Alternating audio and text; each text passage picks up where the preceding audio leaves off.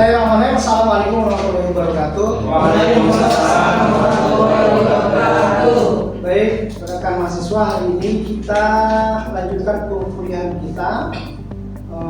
Hari ini kita sudah memasuki materi ke-10 ya, pertemuan ke-10 untuk materi mata kuliah kita pengembangan kurikulum berbasis riset. Nah, untuk pertemuan ini berdasarkan RPS yang sudah saya sampaikan kepada kalian semua, yaitu kita pada pertemuan ke-9 yang lalu sudah pada materi pengembangan kurikulum yang melihat dari sisi salah satu metode yang selalu banyak digunakan, yaitu PBL, Project Based Learning, atau juga disebut juga Problem Based Learning. Nah, hari ini kita mencoba menerapkan berbagai metode dengan tentu memperhatikan teknologi. Maka materi ini hari ini adalah tentang teknologi pembelajaran dan pemanfaatan big data dalam kurikulum.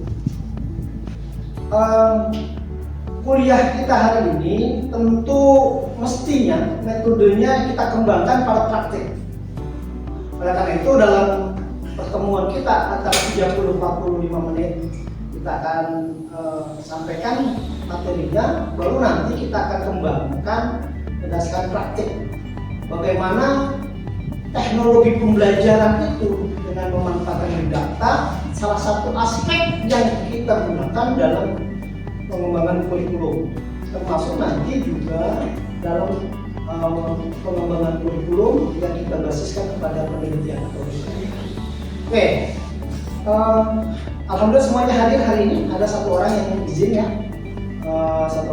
alhamdulillah semua bisa hadir, dan tentu kehadiran Anda juga sebagaimana telah saya sampaikan bagian dari penilaian. Rekan-rekan mahasiswa sekalian, kenapa sih perlu dalam pengembangan pembelajaran itu kita harus memanfaatkan big data? Ini tentu sesuai dengan situasi kondisi perkembangan hari ini, bahwa semua harus berbasis data. Apa itu data apa itu big data dalam pendidikan? Ini sudah bisa dilihat. Big data, data besar, ya kata pendidikan udah paham semuanya. Data besar. Big data dalam pendidikan mengacu pada pengumpulan, analisis, interpretasi sejumlah data dari berbagai sumber, seperti hasil ujian, kehadiran siswa, partisipasi siswa dalam kelas, mahasiswa dalam kelas, hingga kebiasaan belajar secara online. Dengan menganalisis pola tren data hari ini, sekolah, perguruan tinggi, universitas dapat mengambil keputusan yang lebih tepat guna meningkatkan efektivitas dalam pendidikan mereka. Nah, ini kenapa big data itu perlu dalam dunia pendidikan? Sangat perlu, sangat dibutuhkan. Apalagi pendidikan itu menyangkut seluruh aspek kehidupan manusia, ya kan? Menyangkut aspek seluruh kehidupan manusia yang berkaitan dengan aspek-aspek yang dialami oleh manusia. Maka semua data, apakah data pendidikan itu sendiri, ada data kesehatan, data perekonomian, data politik, hukum, budaya, apa saja, semua data. Maka sangat penting big data ini dalam pengembangan kurikulum dan termasuk juga dalam bagian dari teknologi pendidikan. Pemanfaatan big data ini memanfaatkan big data dalam kurikulum teach planner dalam pengajaran. Nah, ini kemudian menjadi sebuah strategis dalam pendidikan yang mengintegrasikan analisis berskala besar untuk mencetak pendidik berjiwa wirausaha yang adaptif terhadap perkembangan teknologi dan kebutuhan pasar. Maka inilah kemudian apa saja kan sekarang harus berdasarkan data. Kita bicara nggak berdasarkan data, tidak berdasarkan bukti, dianggap tidak ilmiah. Salah satu dasar konsep keilmiahan adalah adanya data yang bisa kita buktikan.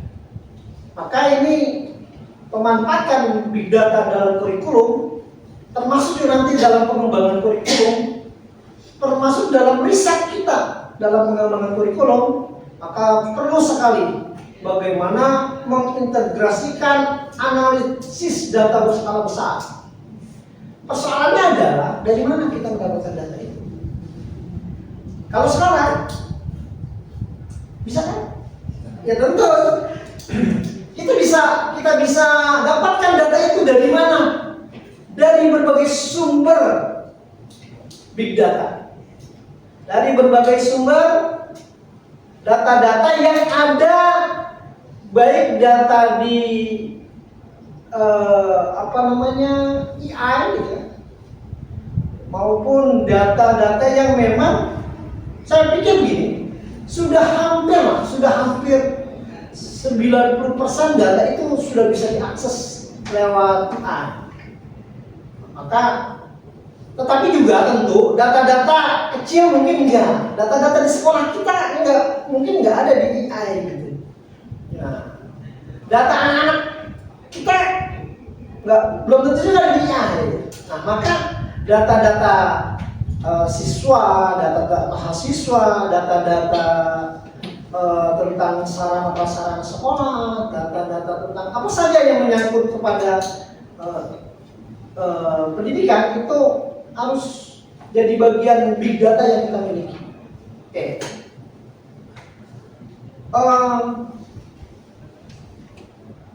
Konsep ini merupakan jawaban atas tantangan dunia pendidikan sekarang ini, atas tantangan pendidikan modern. Apa yang menjadi bentuk dari implementatif pendidikan itu sendiri, maupun nanti kita ukur dari aktivitas dan kreativitas, maupun tuntutan inovasi pembelajaran berbasis data. Supaya apa? Supaya kita bisa mengambil keputusan yang tepat dan akurat. Selain itu juga sebagai konsep untuk penguatan kompetensi. Karena OB ya, OB di education gitu kan. Jadi yang dituntut adalah kompetensinya, lulusannya, kompetensi, terutama di bidang kewirausahaan, entrepreneur, termasuk teachpreneur tadi, teachpreneur di bidang pendidikan.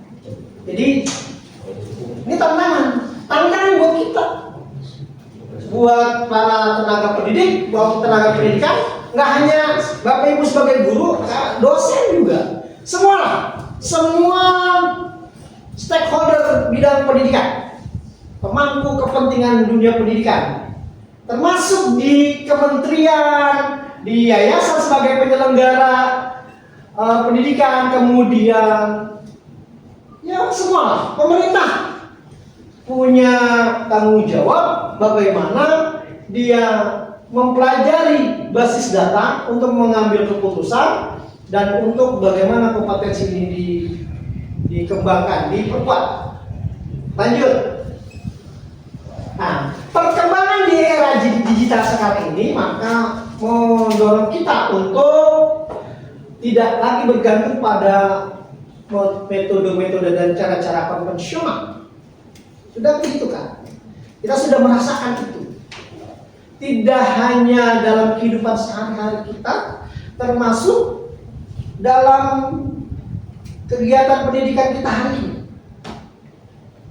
Di sekolah, di kampus, di semua institusi pendidikan, baik secara formil maupun non formil, kita sudah ketinggalan zaman kalau tidak melihat dari sisi era digital hari ini, maka sering disebut dengan istilah disrupsi digital, gitu kan? Disrupsi digital. Yang saya pernah katakan, sekarang pasar nggak perlu ruang, nggak perlu tempat-tempat yang becek kan gitu. Nggak perlu toko, bank nggak perlu kantor, nggak perlu itu suatu saat. Mungkin juga saya katakan kampus nggak perlu gedung, ruang kelas. Iya kan, karena sudah distribusi digital. Bahkan berobat nggak perlu ke rumah sakit, nggak perlu ke dokter. Karena kita sudah nanya dengan dokter, dok saya sakit ini obatnya apa kan gitu kan. Atau kita di Halodoc ya, ada di Halodoc. Nah, kurikulum Teach Planner ini nanti hadir sebagai model pembelajaran yang mengkombinasikan peran pendidik dan kemampuan bagaimana kita berusaha, berwirausaha. Jadi pendidikan bentuk juga bagian dari wirausaha. Jangan dilihat dari sisi untung rugi, tetapi memang pendidikan itu juga bagian dari bentuk wirausaha. Upaya yang sangat luas dalam membangun sebuah sistem pengembangan manusia. Dalam konteks ini, Big Data berfungsi sebagai fondasi penting untuk memahami perilaku belajar. Perilaku belajar, budaya belajar. Kemudian tren industri pendidikan. Pendidikan udah dianggap industri. Kemudian hingga peluang inovasi produk dan layanan edukatif. Kemudian perpaduan data secara sistematis yang membantu lembaga pendidikan menghasilkan lulusan yang tidak hanya kompeten secara akademik, tetapi juga dia mampu menciptakan nilai ekonomi, budaya, nilai usaha seluruh bidang. Lanjut, apa sih manfaat Big Data dalam pendidikan? Pertama adalah meningkatkan kualitas pembelajaran, sudah pasti itu. Jangan kuantitas aja yang diperhatikan, jangan ingin memperbanyak murid aja, jangan ingin memperbanyak mahasiswa aja, jangan kuantitas aja. Jangan sarana prasarana yang lengkap saja, tidak. Jangan, bukan hanya masalah gedung yang bagus, sarana ada semua, bukan, tetapi termasuk juga dalam kualitasnya, kualitas pembelajarannya, kualitas pendidiknya. Jadi manfaat Big Data pertama adalah meningkatkan kualitas pembelajaran. Ini kualitas pembelajaran. Yang kedua, mengidentifikasi kelemahan dan kekuatan siswa. Ini yang penting juga, yang harus dipahami Bapak Ibu. Kita sebagai guru, kita sebagai dosen harus memahami bagaimana kelemahan dan kekuatan yang ada pada siswa atau mahasiswa. Atau kalau sekarang saya dengar di Kementerian Agama kata siswa udah diganti jadi murid lagi. Ya, kan dulu kan kata murid, dulu itu pakai kata murid, terus kata siswa, terus kata peserta pendidik, terus sekarang balik lagi murid. Besok mereka dalam rangka pengenalan siswa baru pakai kata istilah mata muda, masa ta'aruf murid madrasah. Kalau di madrasah, kalau di sekolah belum tahu nih, apa kan juga pakai MPS, masih pakai kata siswa ya. Kalau di Kementerian Agama udah ganti kata murid. Saya sih setuju aja, karena memang dalam literatur keagamaan, terutama kitab kuning itu sering dikatakan kata murid. Kata murid itu berasal dari bahasa Arab sebenarnya. Oke, jadi salah satu manfaat Big Data adalah mengidentifikasi kelemahan dan kekuatan siswa. Apa yang ada pada diri anak didik murid tadi, kemampuannya dari sisi bahasanya, dari sisi komunikasinya, dari sisi perilaku sehari-harinya, dari sisi mungkin mampu mengukur kemampuan intelektualnya gitu kan, IQ-nya berapa gitu. Kan sekarang itu juga ada lah aplikasi yang dibuat untuk mengukur IQ seseorang gitu kan. Di IQ-nya ini IQ berapa gitu. Ini termasuk salah satu adalah dari big data yang dimiliki. Kemudian big data juga bermanfaat untuk meningkatkan efisiensi administrasi sekolah. Nah ini sekarang udah sebenarnya kita sudah paperless ya, sudah tidak menggunakan kertas kan, sudah menggunakan sudah tidak menggunakan kertas. Sekolah-sekolah yang big datanya sudah bagus itu sudah tidak perlu menggunakan kertas lagi, itu termasuk efisiensi kan. Bahkan di kita sendiri di STKIP Arahmani itu udah surat menyurat nggak pakai kertas lagi, sudah aja kirim data PDF gitu kan suratnya. Ya termasuk komunikasi kampus dengan dengan lembaga-lembaga lain itu komunikasinya sudah paperless, sudah tidak pakai kertas lagi. Nah ini termasuk juga meningkatkan efisiensi administrasi sekolah. Kemudian misalkan gini, sekarang ini big data, Bapak Ibu di HP-nya sebagai guru punya nggak data siswa? Ada kan? Punya nggak grup wali murid? Nah ada. Itu kan big data yang Bapak Ibu kumpulkan. Punya RPS, dari saya RPS misalkan, saya sudah sampaikan lewat di awal juga materi-materi kuliah kita yang berupa PowerPoint dan lain-lain, saya sudah sampaikan. Ini berarti itu big data yang kita kumpulkan. Maka memang salah satu yang harus kita miliki adalah bagaimana storage penyimpanan datanya itu, ya kan? Karena udah nggak ada yang handphonenya mestinya harus sudah 500 GB gitu kan. Jadi ya kalau mau atau ya jangan di handphone lah, di laptop gitu. Nah ini, jadi ini salah satu manfaat big data. Kemudian yang keempat, untuk memprediksi tingkat kelulusan dan keberhasilan siswa. Ini juga bagian dari manfaat big data. Ini ada contoh pemanfaatan teknologi informasi dalam proses belajar mengajar di sekolah menengah kejuruan umum ya ini. Nah ini juga sama manfaat teknologi informasi di pendidikan SMK. Ini nanti juga sebagai bagian dari urutan dari sebelah kirinya ya. Nah ini kemudian ini bagaimana educational big data, bahwa bagaimana big data itu dalam pendidikan. Ada data learning, ada data integration, ada data support. Itu yang hijau bahwa itu data support, data pendukung. Bapak Ibu jangan sembarangan nyimpen di HP saja. Ntar kalau ganti HP hilang semua. Atau nanti HP-nya hilang semua. Kalau HP-nya hilang. Kalau HP-nya error, hilang semua. Jadi data itu harus kita support, ada didukung di tempat yang lain. Apakah di laptop, apakah di flash disk. Saya punya habis besar. Itu data kampus semuanya di situ, data yayasan semuanya di situ saya punya itu. Saya sengaja simpan situ. Kalau saya ketik nanti malam-malam sebulan sekali saya pindahin ke sana. Takut nantinya hilang. Bagaimana strategi pemanfaatan big data dalam pendidikan? Pertama adalah menerapkan sistem manajemen pembelajaran atau LMS, Learning Management System (LMS) yang berbasis data. Ini salah satu cara terbaik. Kampus sudah LMS, kita juga sudah mulai mengembangkan LMS kita.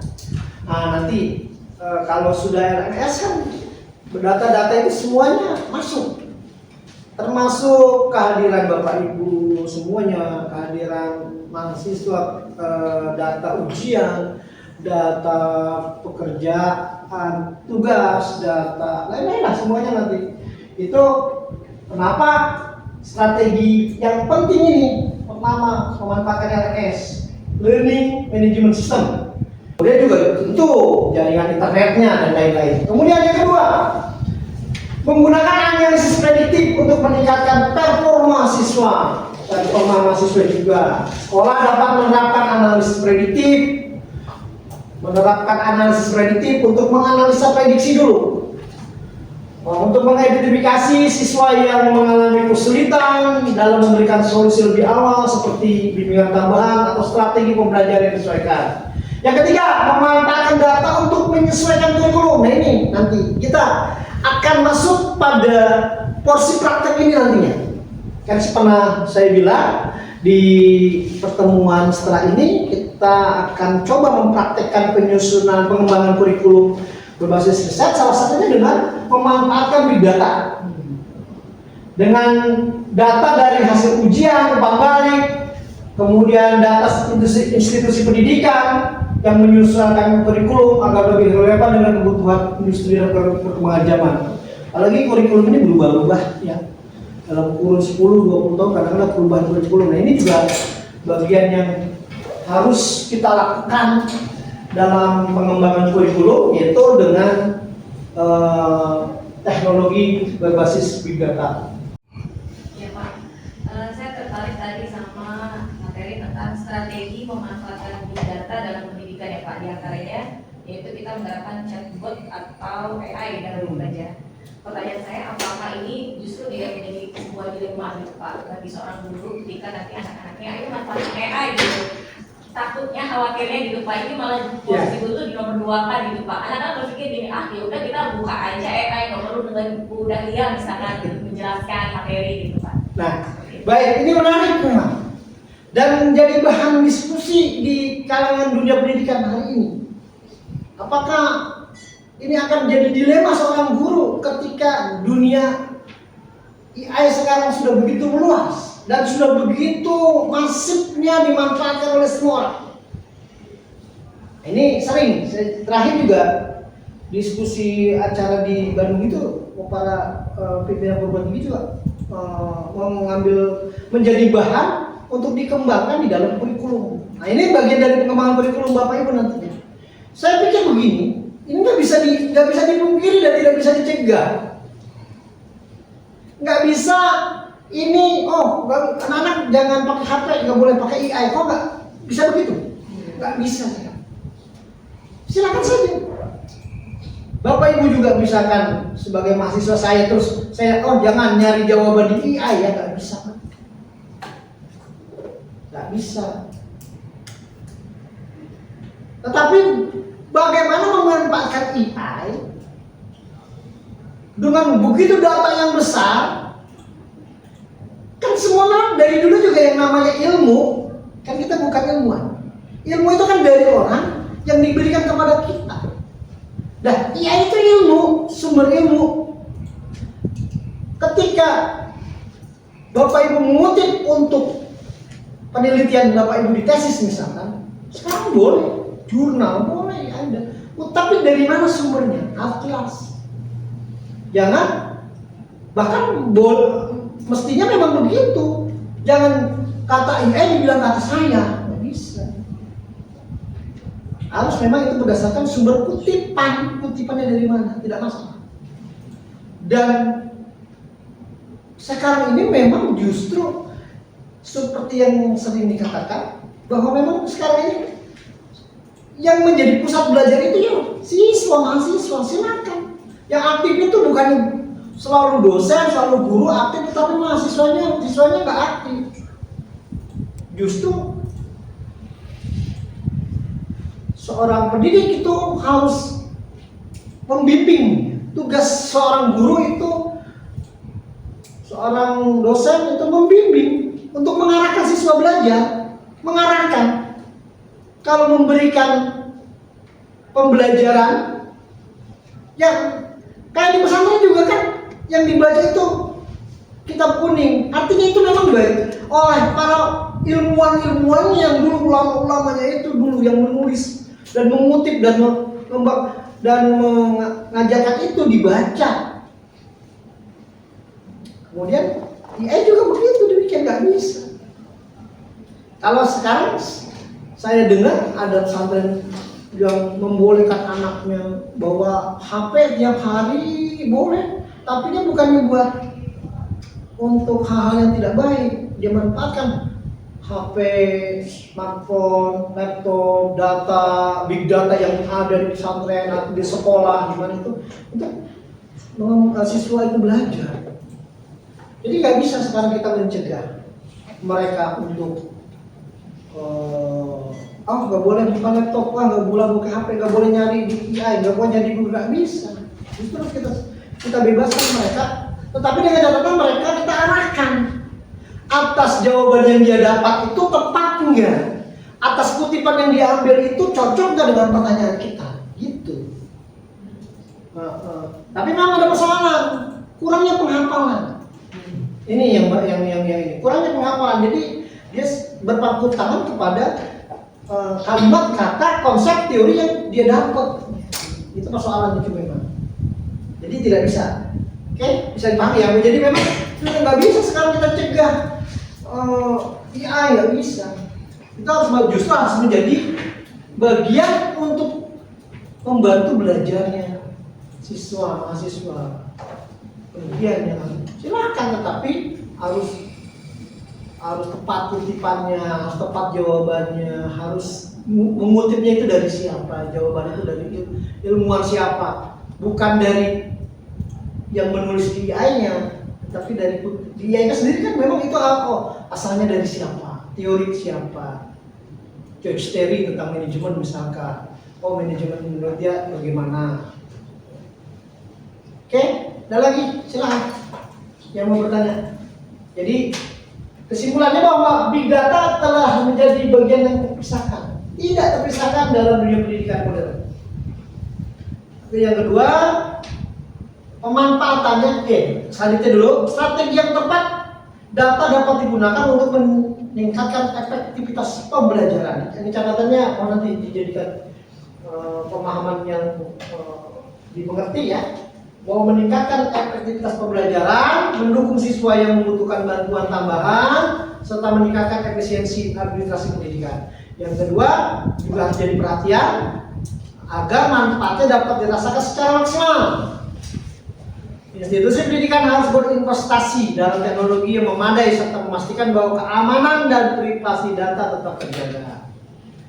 Nah, bagaimana nanti pendapat Anda tentang hal ini? Oke, cukup. Ada pertanyaan sebelum saya tutup kuliah kita hari ini? Cukup ya, Bapak Ibu.